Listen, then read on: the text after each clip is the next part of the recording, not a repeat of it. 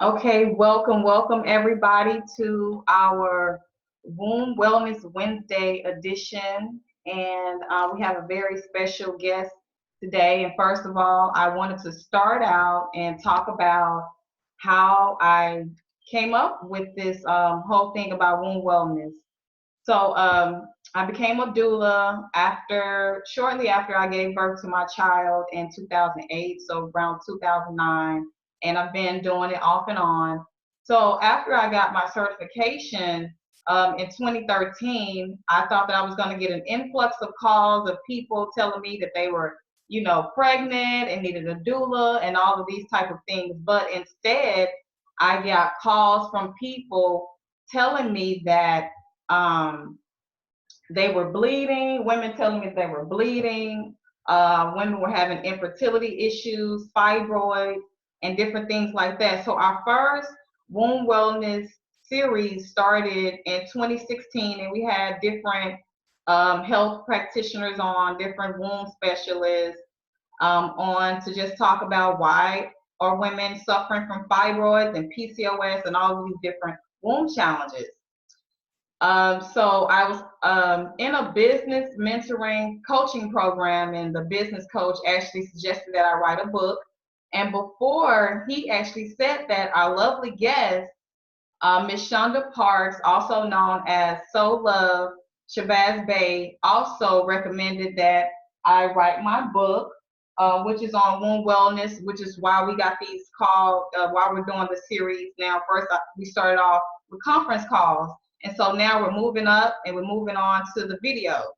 So if anyone would like to purchase the finished product of the Dark Womb Redemption, it's a holistic guide to womb wellness. I'm doing free shipping today, so you can go on my website, craftswoman.com, and buy the guide and the workbook.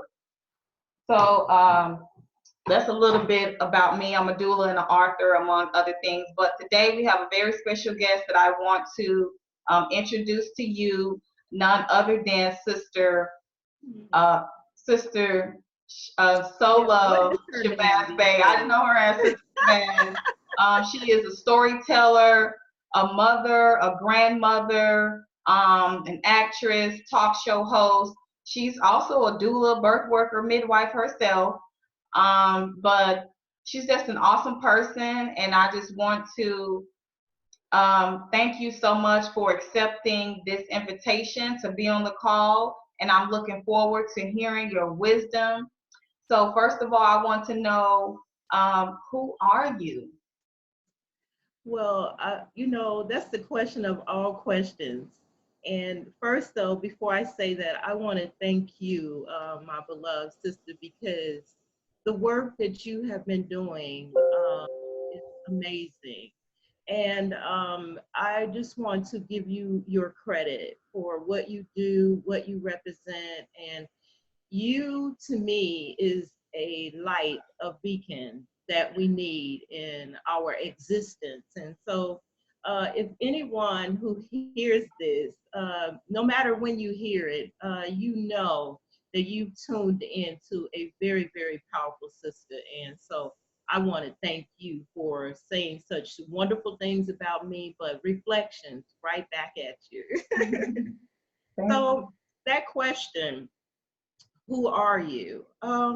It's a life journey to continue to find yourself. And I think that trying to figure out who you are is a paradox, because you're always changing. Just like, when you introduce me, I've gone through so many schools of thought in my study, in my practice, until I have a list of names. But today, I like to introduce myself as Shonda M. Parks. And that is the name that my mother gave me. And through all of those schools of thought, I had to come back to the womb from which I was born to give honor and credit to that womb, regardless to what that wound is. But I know that without that wound, I would not be. So I give honor to that and say that that's where I'm from, is the wound of my mother with the assistance of my father, mother Dorothy, father Jesse. And, besides just being a being, the one thing that I'm absolutely sure at and that I know and have experience and practice with is being a mother. And I think that is the greatest thing that has graced this earth. And I think that it is the most unrecognized position that is on this earth as well. So I would say that right now I am a warrior for the upliftment of mothers and children, and particularly the so-called Black people are my first chain of reaction to give knowledge to or share my experience with. So I just say right now I am, and I'm continuing to reshape myself every single day. And how did you grow? And where did you grow up? And how did you grow up? Can you explain like your upbringing? How did you come to be? How did you come to have the thoughts that you have now, based on your Well, experiences? I would say very much like yourself, like most people who are like us, particularly from the Black community, we all come from the same school of thoughts. But there are a few of us who reject the school of thoughts that have been given to us. And so I think that I've always been different. When I look back and evaluate who I am, where I come from, and my experience, I would say that I've been different. I'm still different. I grew up in Chicago, on the west side of Chicago, with a mother who was in a relationship with a man that had a wife, which we were another part of his family, another family. And he did not live in a house with us, and he did not participate in our lives on a very daily basis. But I was fortunate enough to grow up in the house with my grandmother, my grandmother's sister, my grandpa, and my uncle. And it was my brother and I, and a host of family members that always was in and out, because it was my grandmother's house that was the safe house. It was my grandmother's house that was the gathering house. It was my grandmother's house where it was the telegram. It carried the news, you know. And so it was that extended family that I had come to appreciate. And I think that it was the beginning of a foundation that I did not know that would be beneficial to me to this day, by having all of those experiences up close and personal with people that protected you, people that actually even they both. And that's the other part of it. Can't say they protected me all the time. There were times when they absolutely neglected me. You know what I'm saying? That they were not available. And that's the other side of the paradigm, is that my experience in my family made me realize that there's always two sides to the story. Because our house was an open house, and I kind of have that now. You know, I'm very social. I love to party. I love, just, being in social environments that come from my family. They were the house of people who were very friendly. Miss Addie Parks, if you had a problem, she was there to help you. Miss Parks could help you. She had always had some money down in them bosoms somewhere, money in a sock somewhere, to help people. So I think that experience has made me a part of the giving that I do. Although it comes with great frustration, especially when you're dealing with melanated people. We have a lot of set of values that were programmed in us by the institutions. And you and I, and people who think like us, we rejected all of that. We've been a part of it, and we're looking at self and nature for the answers. So I hope that answered your question. I know it's kind of long.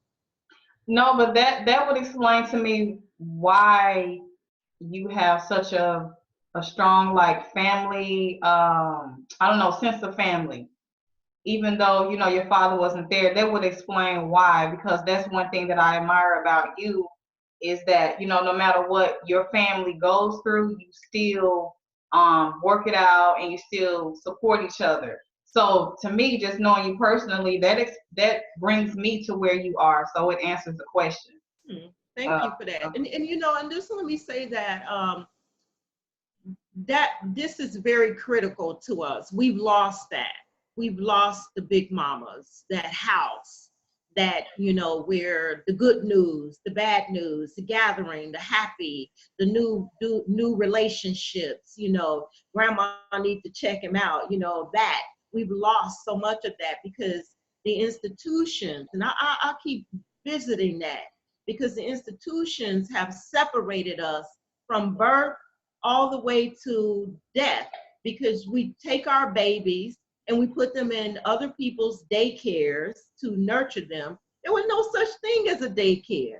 You know, you had somebody in the family that kept the baby, and most times it was Big Mama, until people shamed her in thinking that that was not a high position by saying, oh girl, you're gonna go crazy working with all those damn children. But they would rather her work at Walmart or some factory until her death instead of her being there to lift up her family. So we've lost a lot of that, a lot of gold. That gold is in the nursing homes now. So we went the same grandmama, gotta come to her, who bought into the program to put her babies and grandbabies in an institution to nurture them, ends up in a damn nursing home where her family won't even come to visit her. So it's been a crazy paradigm that we've shifted ourselves to.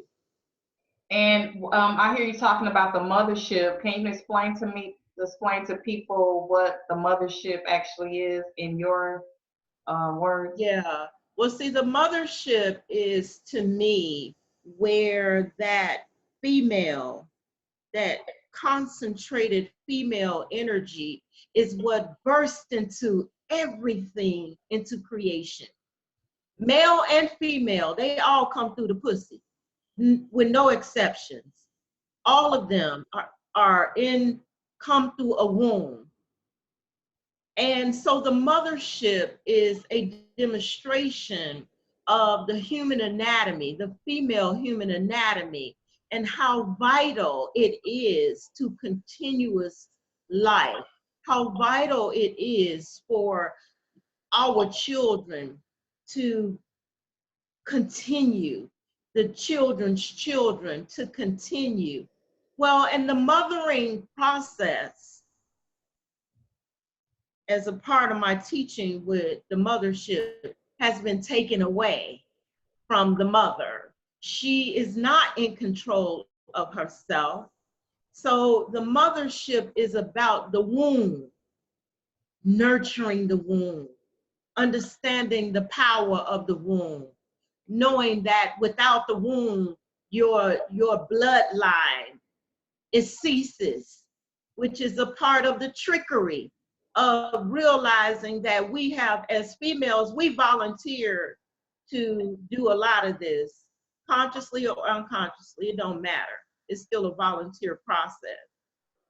We volunteer to name our children after the father, and eliminate the mother's bloodline name. So we get lost in the transition of records because we have been sold a bunch of idiot thought processes. So the mothership is about shining the prime light on the female human anatomy, that we are the ones that bring life into the world. And so therefore understand that the womb should be cherished, but it first has to be cherished by the female and not the male, because he comes through the womb. Again, I said this, through the womb of the female. So therefore, his teachings come from the female first, through the thoughts of instantly when he comes into creation. no one knows this time.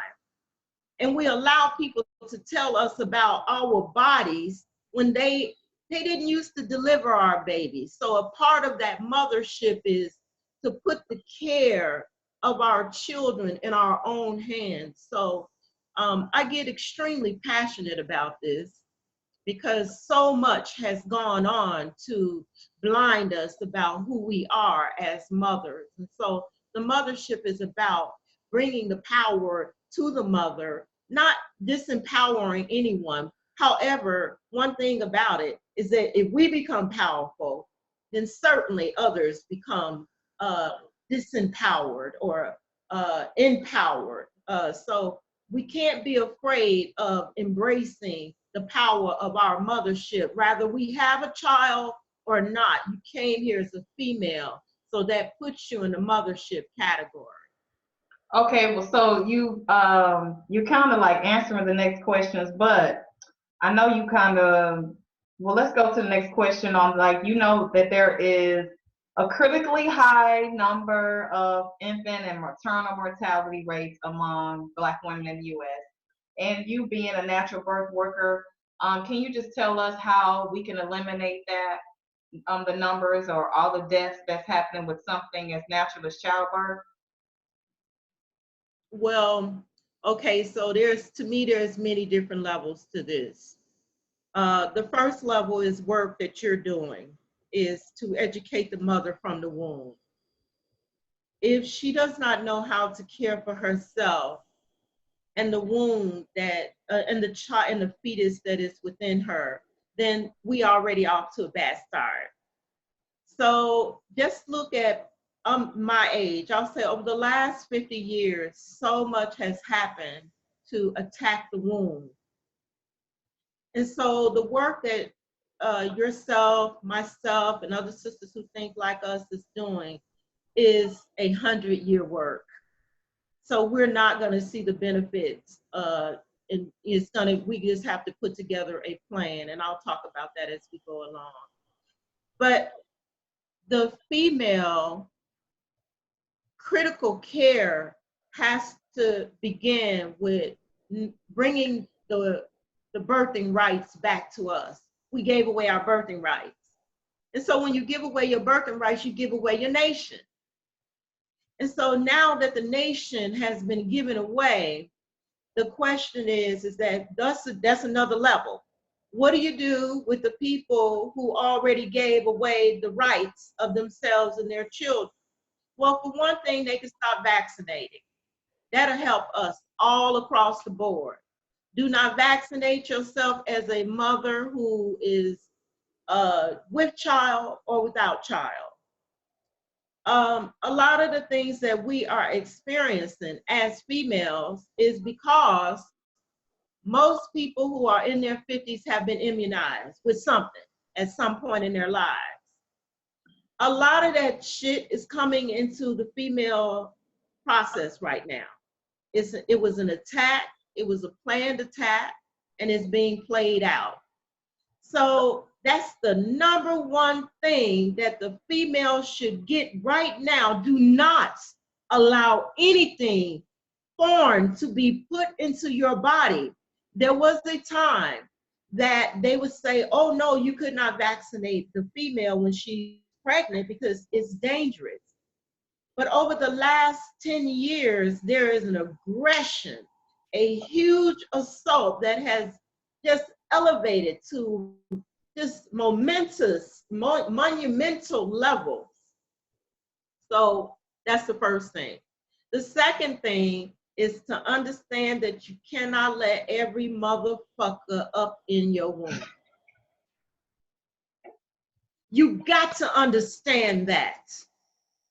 You have to get the criticalness of allowing any Joe in, because the womb is being, ooh, my God, the wound is being played out like a pornographic, a pornography. The beating, the pouncing is not good for the female anatomy.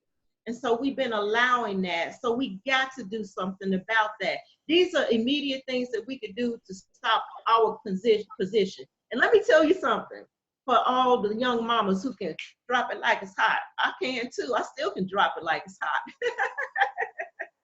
The fact is that your sexual ritual will play itself out years up the road when you start going through your change of life.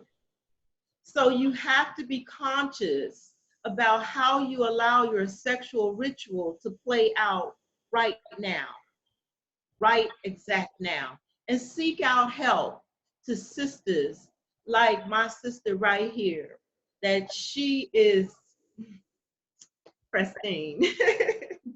So yeah, we got to do something for ourselves, but this is a 100-year plan that we have to put together. So education, no vaccination, and examine The sexual ritual. We got to pay attention to the sexual ritual right now. Not because of disease. Understand that the disease, if you get it, it was given to the person that you got, because the disease that they are perpetrating, that we get from sexual activity, all come from a laboratory. So back to that vaccine again. If you opened yourself up to this, then you being vaccinated and you giving pills that introduce your body to poisons. Cleanliness, being in harmony with one's nature, understanding that if you look into the outskirts of nature, there's no such thing as a sexual disease, only in humans, because it comes from a laboratory. Mm-hmm. And what do you think about the current state of the Black woman? I know you kind of already talked about that. Else that you want to add? Like, because right now, the Black woman is like the last one chosen for marriage, the first one divorced, at the top of the list of all of these diseases, heart disease and abortion. Well, more likely to get abortions. The media has really done a real stereotype on Black women. It's gone past the neck rolling and the eye rolling and stuff to now it's to the point where these reality shows have made it to look like the Black woman is the most disgusting human on the planet, when that is not the case. Yeah. Well, the extreme answer is turn off the television. That's the extreme answer. But that's not going to happen. We all are a part of the program. So the best thing that the female can do for herself right now is to begin a love process to who we are. We have no knowledge. Well, I should say we don't have a practicing knowledge, let's say that, of the power of the womb. Because if we had a better practice knowledge, we would act differently in the care of ourselves. Back to that again, back to that. We would understand that we are number one, chronological order of nature. We would be so clear about that, We would know that without the female, there is no continuation. We would know that if nature, we get tricked. They tell us there's more females than there are males. It's more females than in any species. That's a trick. Study. The female is what keeps the system going. If we understand that the system operates off of the female energy, the feminine energy is what carries force forward. That's why we bring babies into creation, because it is us. And if we understood that, we're not going to get away from religion, because we believe outside of ourselves. We are nothing but what's outside. Back to that, like I'm saying, the creation. the continuous cycle of creation. We're obsessed with history, and we are the history. It starts when you get here. That's the history. You here. Now begin to write the book. So as long as we have no knowledge of how the human anatomy works, then we will always be in a situation. But the media is not wrong about us, my sister. They're not wrong, because they put the program out there. And so we accepted the program. So therefore we carry out these practices. I know a character of every character that I see on the program. I personally know that. I know hood rats. I know drug addicts. I know sophisticated ladies. I know prostitutes. I know hustler females. I know females that are wealthy, of all classifications. I know hoes. I know Congress females. I know congressional people. I know, name it, doctors, lawyers. We got all of that. It is a part of us. And I tell you one thing, no matter what walk of life you look at them in classification, we all operate out the same goddamn program.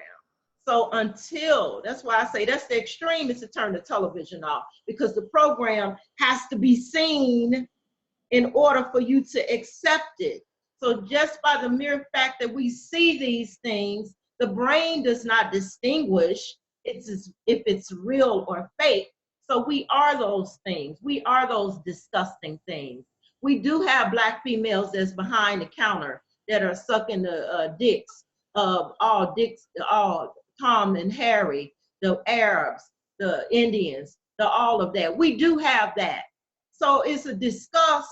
But on the other side of the spectrum, we got some fantastic females. And those, for me, I accept them all, because we need all spectrums of the rainbow. We want the good, but we don't want the bad. So I think to strive for a collection of like-mindedness will be the best for all of us. Birds of a feather flock together, baby. So I just want to flock with those who got the thought process that we are on, and who, if they're not on it, then they want to get on board this mothership. Okay, well, you've answered the question pretty much about the family. I wanted to know about the family being restored. Can you give us any womb wellness advice that you may have on anything? I do want to say one more thing about the family being restored, and then I'll talk about womb wellness, things that we can do. We just have to work on our own families and find families that want to, work on their own families. Mm-hmm. Because even if we want to help others, if we are not building a dynamic of ourselves and practicing what we preach, then we're hypocritical. So if we can find, if you can deal with 5 families and y'all can build, then you could really have everything that you need. You could have the support, you could build all the foundations. So outside of that, building family at a time, I think would be the best, because if I had another family that lived near me, we bought things together in bulk, because we lived in the same little community, a door, 3 doors behind. We can buy detergents together, things that would make a difference, that could help us start to just move some of the money and put it in ways and areas that can help enhance us as business females to continue our work, because we need support. The female needs support, so they got to be on our thought process. And we can also have a collaboration together, which is very hard to do because we have a lot of trust issues. And for womb wellness, trust. got to trust sisters like yourself, sisters like me, who we've been about this work. We not. I know some sisters who say, "Oh yeah, I'm about being a doula," and then they got into a hard time with the baby not being delivered right away, and they ran to the hospital. Okay, are you about this or not? You know what I'm saying? Get with it. So, womb wellness. Learn to love your body. Study your body. Develop a practice, yoga, Tai Chi, the 5 Tibetan rites, stretching, meditating, deep breaths, concentrated darkness, those are good practices. Cleanliness, taking baths. They people have a concept that baths are dirty. No, so that's crazy to me. When the bath is sacred, we don't have bathhouses, but the bathhouses were sacred. A lot of sacred things went on in bathhouses. So taking baths is very, very important to one's physical health. And don't put foreign products in your vagina. Stay away from the poisons, the tampons, the laced up Kotex, sanitary napkins. Get natural products. Don't be using all these over-the-counter products and putting them in your womb. They have starting children out with at 13 years old, doing all of these Massengales and all of these. This is unnecessary. Seek help, and not by doctors. Go to your sisters. Go ask the big mamas. Go to not the white coats. They don't have the answer. They are there to continue their process, which is eliminate. Science elimination is what's going on with them. And movement, dance, just move your body, practice the sacred movements, to keep your body agile, flexible, keep the veins and the arteries and the ligaments and everything pliable. And let me see. Oh my God, please, you have to love yourself. You have to. You have to feel incredible about you, no matter what has happened in your life. Some things have been pronounced upon us that we didn't have control over. Accept it.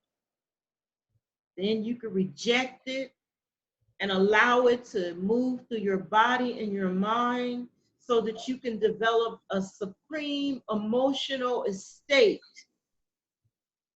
in yourself so you can be beneficial for you. You got to be beneficial for yourself first, and then you can be beneficial for others. And what about those women that are in the Crohn stage? Like I haven't gotten there yet, but do you have any advice for the women in that? What stage was that? I didn't hear Crohn, you. the Crohn stage. Ooh. Like Crohn as in the disease? No, you don't know what the Crohn stage is? No. Okay. Menopause, when you stop bleeding. Oh, that's me. Yeah. Oh, I have been, oh my goodness. This is a whole nother topic. Please, let's do this one again. But I just want to say, I think number one is that we don't talk about it. It's been made to be a shameful thing. It's been the butt of jokes. We sweat, we get hot, we cold, we going through all these emotions. And all of this is correct. You will go through some of this, even with the most supreme nutrition. Well, as best as you can, based on what we have available to us, you're still going to experience some of those things, you know, the emotion. Some females experience low sex drive. I've been the complete opposite. Oh my God, I walked into this and I really can't get enough, to tell you the truth. And I don't know, and it ain't available to me because the male anatomy in my age category can't even get his dick hard, or he can't get it hard enough, long enough, you know, and that's a problem right there. So I think Oh my that God. if the I have been female, hearing that you're not the only one of my, you're not the only one that I know in that age range who says that, and it's so sad. it is sad because I can't get no satisfaction. I really, I mean, it's crazy because I mean, I'm very particular. It ain't like I'm just because I'm hot or as they might call it, you know, or have this energy. I'm not willing to pounce upon anything. I'm still very particular because the wound is still sacred. It's a still sacred place, and so I treat it like that. And going through the change of life, what was that new word, Crohn's? Oh, you just turned me on to a new Yeah, word. it's like a stage of when you get, you know, older. I haven't heard that word. We used to say this all the time back in Atlanta. So Wow. I just Well, thought I assumed you knew what it meant. But I no, look no, forward not it. to it. Thank you. I appreciate that. I always like picking up new information. But we gotta have fun because the change of life really, literally. Hold on. The change of life. Excuse me, you all.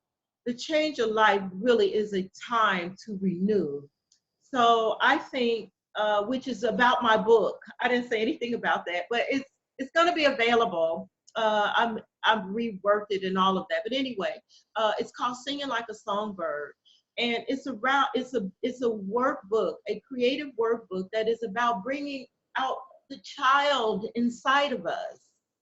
And so many females have been beat down so much until they don't have a beacon of childlike behavior.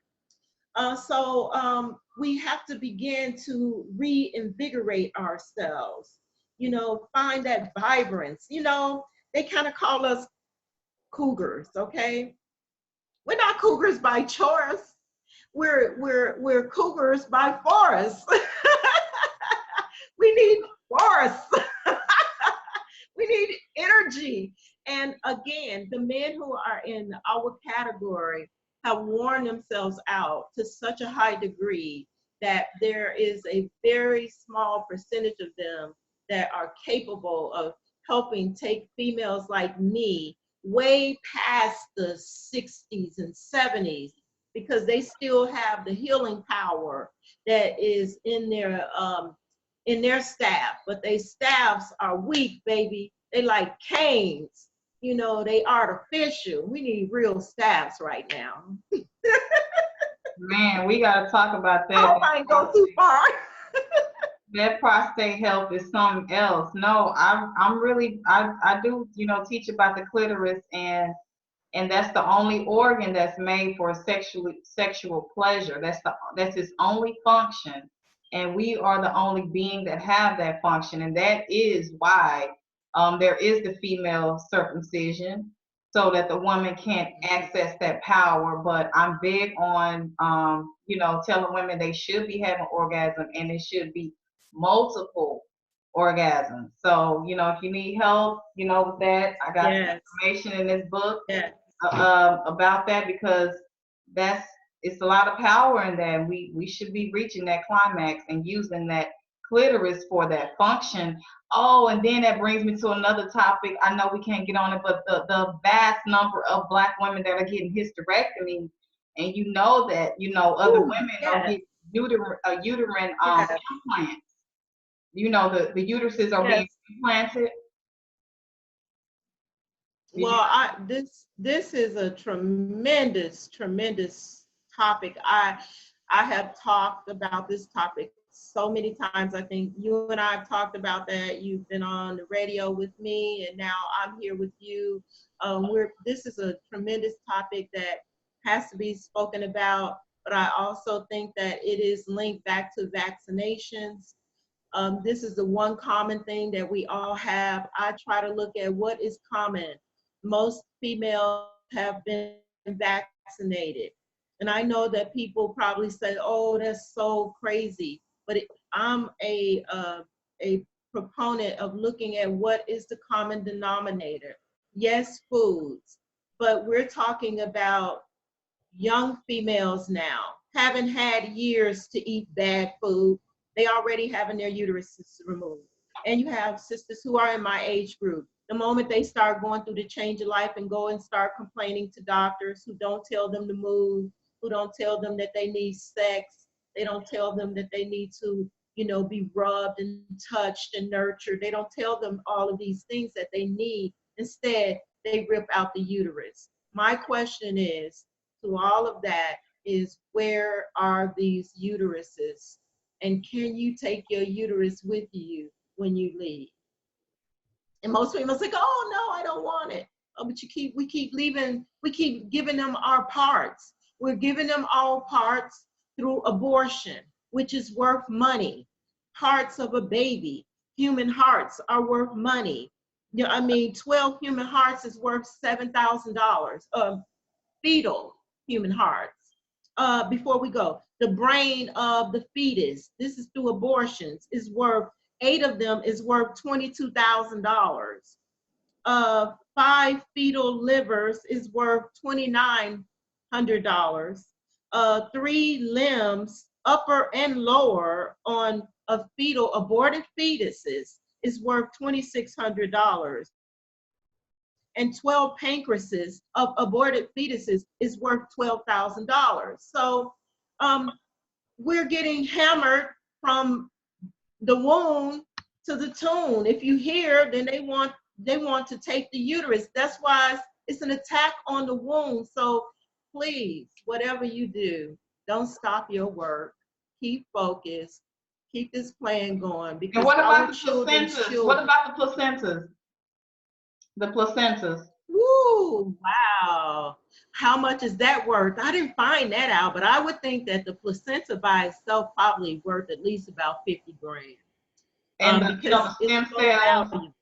and the cord blood, Yes. the blood Yes. that you take. Girl, yes. So all of that value, it's a universe within itself. You just got a whole universe of a human, everything that the human anatomy is made up on, the cells and all of that in one big boom. And they continue to utilize it. But again, we're volunteering. They're not forcing us. We have an out, but we're not utilizing the outs. We're in love with the white coats. The white coats, the white man, the white sensations, the white love, the white powder, the white, the white is right. It has not changed at all. And I don't have anything, I don't hate white people. And it's really, I shouldn't, in fact, let me say this from this point on, please let me say this. It's institution and government that is our greatest enemy. Mm-hmm. That's the greatest enemy. It's not white people. It's the institutions and the government that is the greatest enemy to Black people all over the world, all over the world. And it's not going to change. And there's proof that they are not our friends, and they continue to deceive us, because all of the things that we're talking about are regulated by the government. Everything that we're talking about, the female not having the rights over her body, not having the rights over her body parts. This is all government. It's all regulated through the government. So they are the greatest enemy. And I mean, one day, as I'm saying this, it may come back to me, but I live by this. This is all I know. But they are our greatest enemy. Okay, thank you for all of that. We definitely will have to be talking about more of the Crohn stage and the prostate, yes, and all of that stuff again the next time. So, do you have any last remarks? I'm going to ask you to do something though on the spot, but do you have any? No. But before that, I even ask you to do that. Do you have any spoken word that you would like to share?